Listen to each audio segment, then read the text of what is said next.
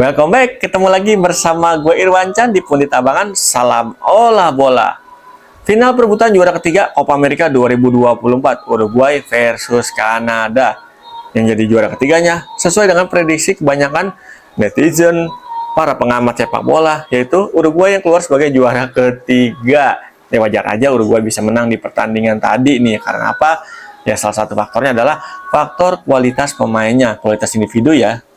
Kalau kita lihat komposisi pemain antara Kanada sama Uruguay, ini Uruguay sedikit di atas Kanada nih untuk kualitas individu pemainnya. Uruguay punya Luis Suarez, Uruguay punya Federico Valverde, Uruguay punya Darwin Núñez, terus juga Uruguay punya kiper sekelas Rochet yang sangat apik kalau tampil di babak adu penalti. Di waktu normal tadi Rochet juga menjadi salah satu kunci kemenangan Uruguay. Karena apa? Beberapa save pentingnya ini menyelamatkan gawang Uruguay dari kebobolan. Biarpun Uruguay juga punya beberapa peluang emas di pertandingan tadi, tapi lagi-lagi Uruguay mainnya kurang efektif. Seandainya main efektif itu efektif banget di pertandingan tadi, bisa aja Uruguay menyelesaikan pertandingannya lewat waktu normal 2 kali 45 menit. Suarez punya satu peluang bagus banget tuh, tapi tendangannya bisa ditip sama kiper Kanada. Terus yang berikutnya Valverde punya tembakan dari luar kotak penalti dari sisi half space, tapi tendangannya masih membentur mistar gawang. Darwin Núñez juga tampil konsisten di pertandingan tadi, yaitu konsisten nggak bikin gol. Kalau dilihat dari babak semifinal kemarin ya kan, Darwin Núñez bisa dibilang di atas lapangan lebih tidak terlihat nih di pertandingan kali ini dibandingin babak semifinal kemarin. Di babak semifinal Darwin Núñez punya 3 peluang emas. Tadi Darwin Núñez benar-benar minim banget pergerakan, bukan pergerakannya, dia jarang dapat bola-bola matang dari lini tengah. Sehingga di babak kedua tadi Darwin Núñez diganti sama Luis Suarez.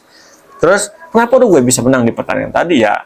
Biarpun Uruguay bisa dibilang sepanjang pertandingan cukup tertekan sama permainan Kanada, tapi bisa dibilang ini kehadiran Suarez di dalam lapangan, biarpun masuk dari awal babak kedua, tapi memberikan impact yang sangat dahsyat bagi permainan Uruguay.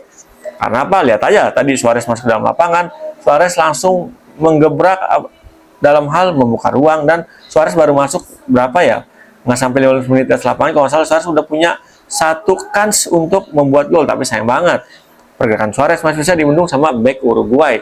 Ditambah lagi tadi Suarez yang kayak gue bilang, dia punya satu peluang manis banget tuh di babak kedua, tapi nggak jadi gol.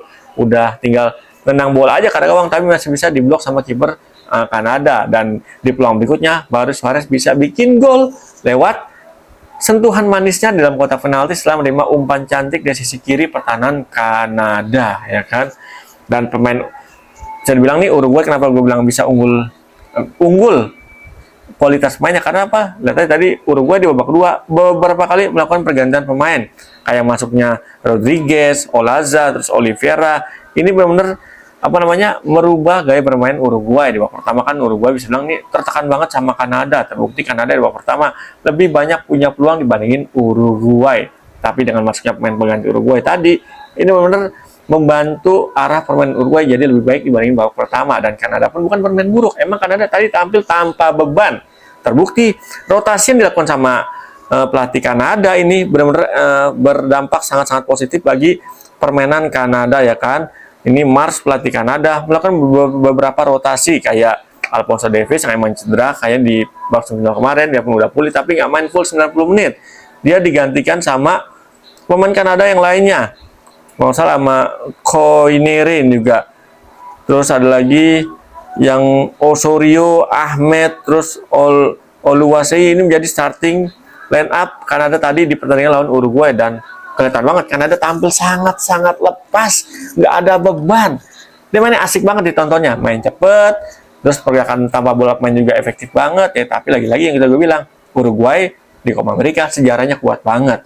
Salah satu negara yang udah ngeraih gelar Copa America terbanyak bersama Argentina ya. Jadi wajar aja kalau tadi Uruguay jadi juara ketiga.